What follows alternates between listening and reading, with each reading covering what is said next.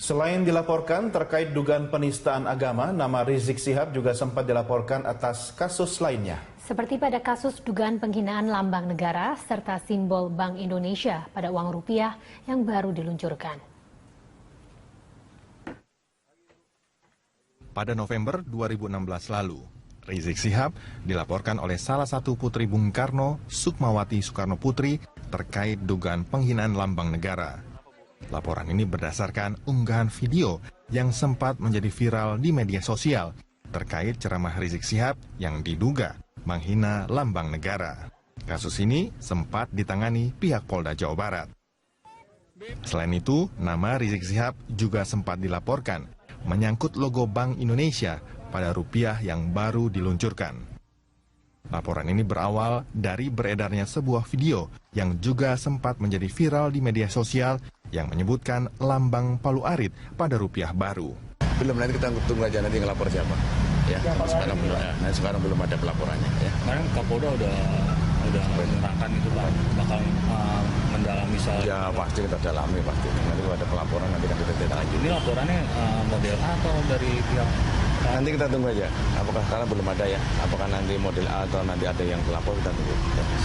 Hingga kini, pihak kepolisian masih menyelidiki kasus tersebut dan menunggu laporan dari pihak yang merasa dirugikan akibat perkataan tersebut, salah satunya pihak Bank Indonesia. Tim Liputan, Berita 1. Pemirsa, hingga kini Polda Metro Jaya masih menyelidiki kasus dugaan penistaan agama yang dilakukan Rizik Syihab. Ya, sebelumnya Rizik Syihab dilaporkan oleh Perhimpunan Mahasiswa Katolik Republik Indonesia atau PMKRI atas dugaan penistaan agama pada bulan Desember lalu. Polda Metro Jaya menyebutkan kasus dugaan penistaan agama dengan terlapor Rizik Syihab masih dalam tahap penyelidikan. Pihaknya akan memeriksa sejumlah pihak maupun saksi atas kasus yang tengah menyeret nama Rizik Syihab. Sebelumnya Rizik Syihab dilaporkan PMKRI pada akhir bulan Desember lalu atas dugaan penistaan agama. PMKRI menyebutkan dugaan penistaan agama berdasarkan isi ceramah Rizik Syihab yang diunggah melalui media sosial. Selain Rizik Syihab, PMKRI juga melaporkan 2 orang lain yang diduga mengunggah ceramah itu melalui media sosial.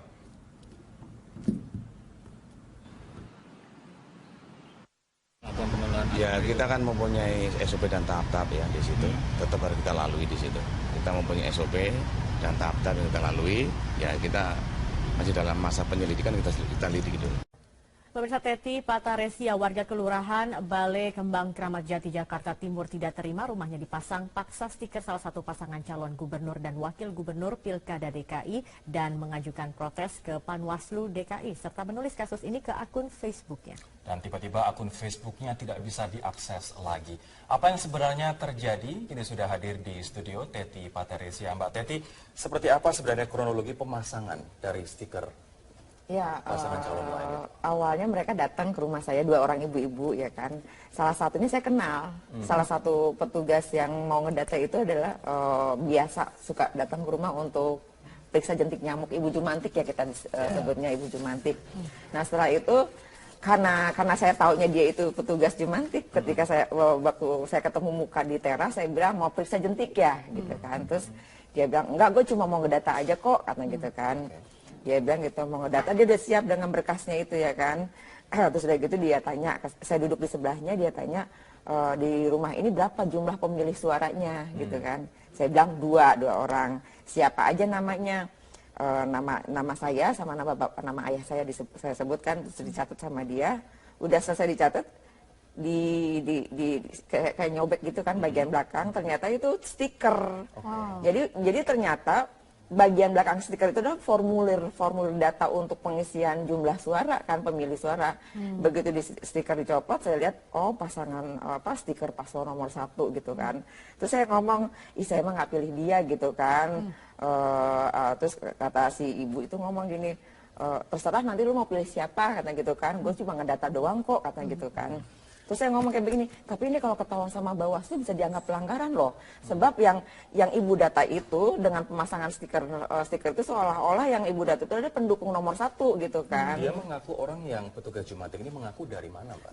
Dia nggak bilang, tidak memperkenalkan diri entah itu dari kelurahan atau dari RT. Cuman karena saya kenal, kenal dengan dua-dua atau salah satu itu yang ibu yang biasa ngecek itu kan. Karena saya kenal dengan salah satunya gitu kan. Makanya kan saya tanya mau cek jentik ya gitu kan. Enggak, gue cuma mau ngedata. Ini pertama kalinya didata atau sudah pernah sebelumnya didata untuk pemilih? Kalau untuk pemilih sebenarnya saya udah didata resmi sama dari pihak apa sih itu namanya kalau suka itu. Jadi saya dapat stiker warna kuning kan.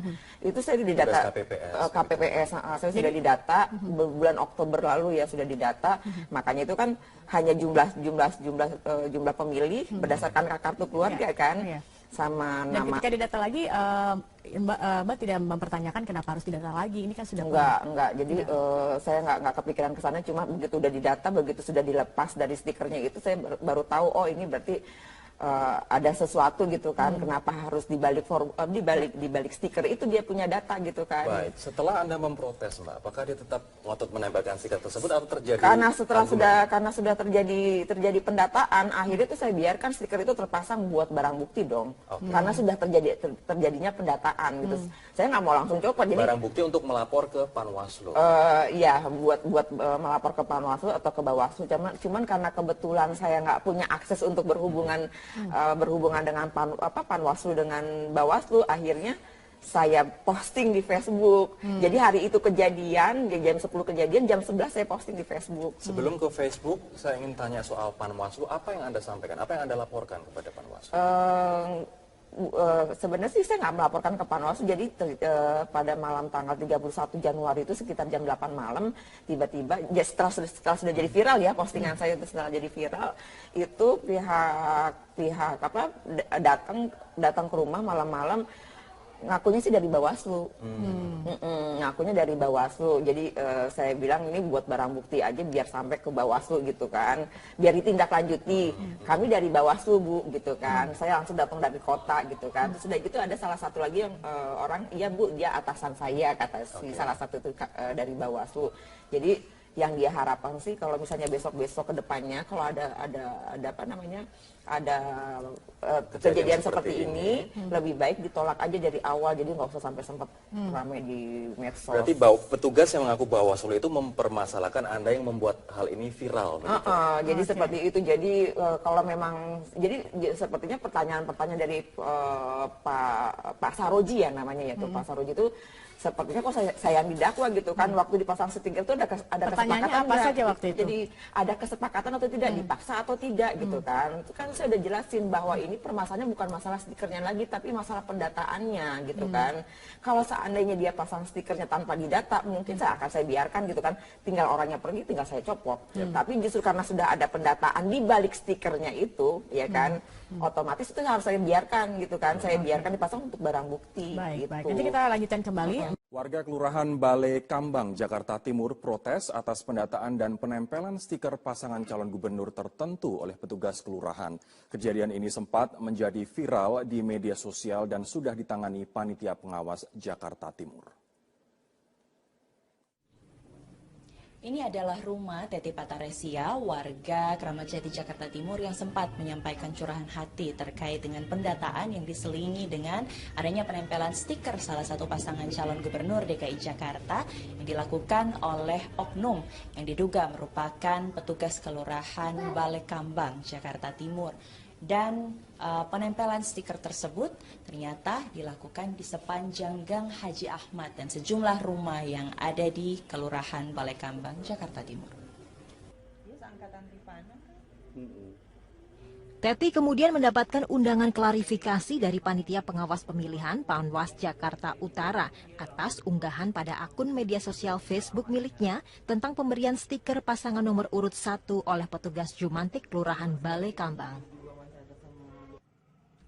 Teti pun mengaku mengungkapkan kekecewaannya atas penempelan stiker paslon Agus Silvi oleh petugas Jumantik Kelurahan Balai Kambang pada 29 Desember 2016. Petugas tersebut berdalih mendata Teti sebagai peserta pemilih. Udah pernah didata, ya kan, waktu itu bulan Oktober, ya itu saya dapat stiker sebagai pemilih, sudah terdaftar sebagai pemilih resmi. Nah, kalau yang ini makanya kan setelah ibu-ibu tanggal 29 kemarin ibu itu bilang katanya mau mendata, ya saya agak bingung juga gitu kan, orang saya sudah didata resmi kok kan gitu kan, kok didata lagi, udah gitu didata dibalik stiker, ternyata selain mendata mereka juga ini dengan apa pendataan dengan disertai dengan penempelan stiker paslon nomor 1. Bukan hanya rumah Teti, melainkan juga sejumlah rumah di Gang Haji Ahmad. Setelah kami usut di kantor kelurahan, Lurah Balekambang tidak pernah menugaskan petugas Jumantik mendata pemilih karena bukan wewenangnya. Petugas yang bersangkutan kemudian diberhentikan setelah mengaku sebagai relawan Agus Silvi. Kita berhentikan aja sebagai kantor Jumantik. Seperti itu, supaya buat perhatian buat dia bahwa kita ini adalah netralitas. Karena kader Jumantik itu kan juga mendapatkan honor dari Pemda DKI. Masyarakat pemilih diimbau turut mengawasi dugaan kecurangan selama rangkaian Pilkada serentak 2017. Laporkan ke panitia pengawas pemilihan di kota ataupun kabupaten tempat Anda berada segera. Dari Jakarta, Jessica Wawor, Cahya Sunandar, Metro TV.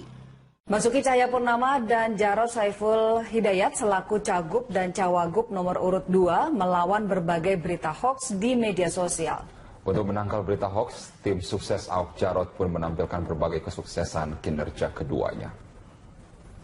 Tim pemenangan calon gubernur, wakil gubernur DKI Jakarta Basuki Cahayapurnama atau Ahok dan juga Jarod Saiful Hidayat memiliki cara tersendiri untuk melawan berbagai berita hoaks di media sosial. Clara Tampu Bolon selaku tim sukses Ahok Jarot mengungkapkan pihaknya memperkuat konten media sosial dengan menampilkan berbagai kesuksesan kinerja keduanya dalam menata dan membangun Jakarta. Clara juga menampilkan berbagai belusukan Ahok Jarot ketika bekerja dan menghindari penggunaan kata-kata kasar di media sosial.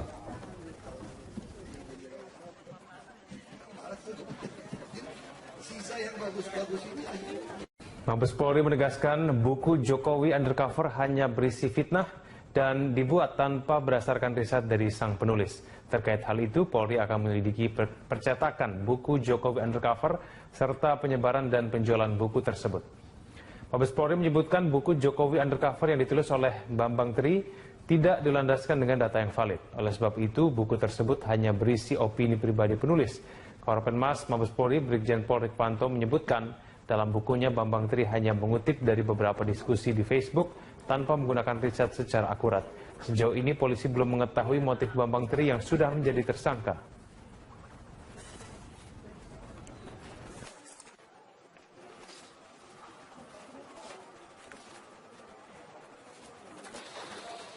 Dia mengambil bahan untuk membuat buku ini adalah dari medsos atau dari obrolan-obrolan dalam dunia maya.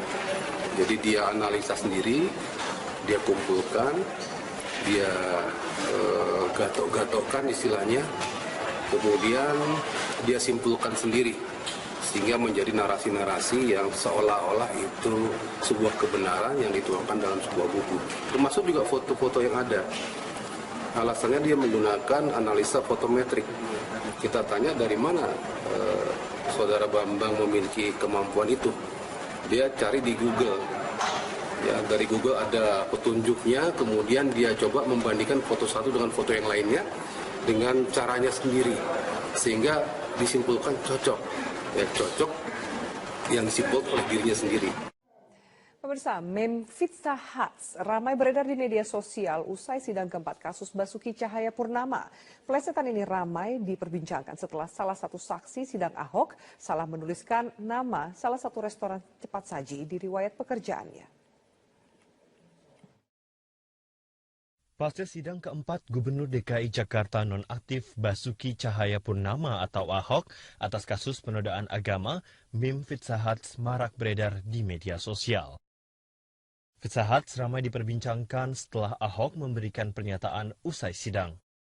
Ahok mengungkapkan ada beberapa kejanggalan dari saksi yang dihadirkan jaksa penuntut umum.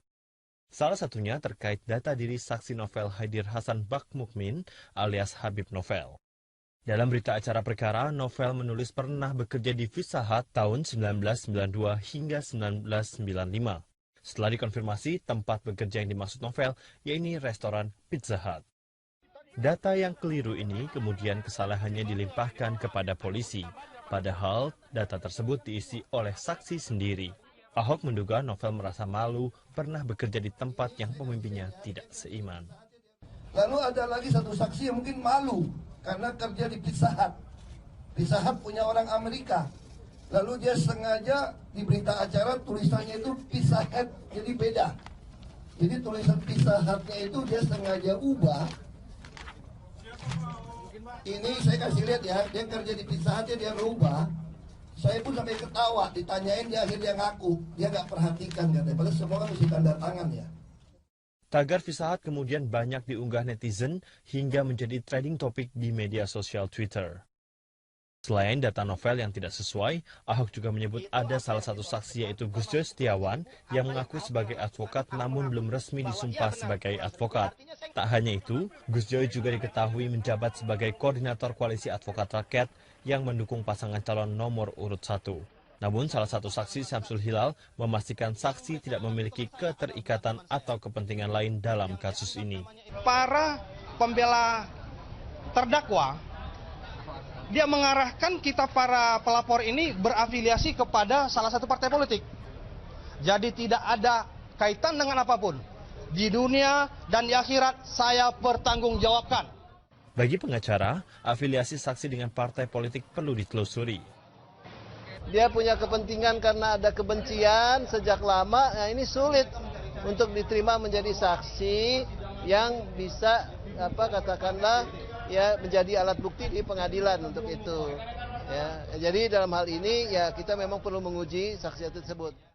Dalam sidang Selasa, Jaksa Penuntut Umum menghadirkan 6 orang saksi yang juga merupakan pelapor dugaan penistaan agama. Namun hanya 4 saksi yang hadir, yaitu Novel Haidir, Muhsin, Joy Setiawan, dan Syamsul Hilal. Selain itu, 2 saksi lainnya yaitu Nahdi Naksabandi telah meninggal dan Muhammad Burhanuddin berhalangan hadir. Persidangan Ahok akan dilanjutkan kembali pekan depan. Sidang akan menghadirkan sejumlah saksi lain dari pihak Jaksa Penuntut Umum. Tim Liputan, Metro TV. Saya sempat membaca di salah satu media pernyataan dari anggota tim kuasa hukum Humphrey Jemat yang mengatakan bahwa kesaksian dari para saksi tidak kredibel dan tidak bisa dijadikan alat bukti di persidangan. Apa alasannya? Ya, alasannya kembali lagi kepada begini, keterangan saksi itu kan harusnya kredibel. Artinya dia itu sungguh-sungguh memang motivasinya juga benar. Kehidupannya benar, tapi begini, bagaimana saksi ini bisa dibilang kredibel sedangkan dia banyak lupa, ya ini contoh ya, ada satu saksi ini. Ada satu saksi yang ditanya jawabannya lupa-lupa Lupa melulu, ini SD-nya lupa di mana, tahunnya lulusnya, SMP-nya lupa tahun berapa lulusnya. Apa korelasinya kemudian dengan kasus Nah, ini kredibilitasnya begini, kalau misalnya ya, ini contoh ya, dia sekolahnya saja dia lupa, ya dia tidak tahu. Kemudian kesaksiannya semua juga lupa.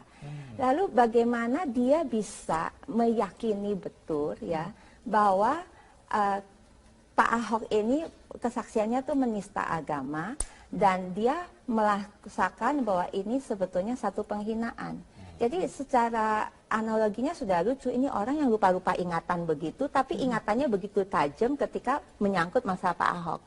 Sedangkan pribadinya sendiri sudah enggak, ini hanya satu contoh. Contoh yang lain, masalah kan tadi dibilang bagaimana dengan orang yang kerja 3 tahun, tapi nggak tahu tuh perusahaan dari Amerika apa dari Itali.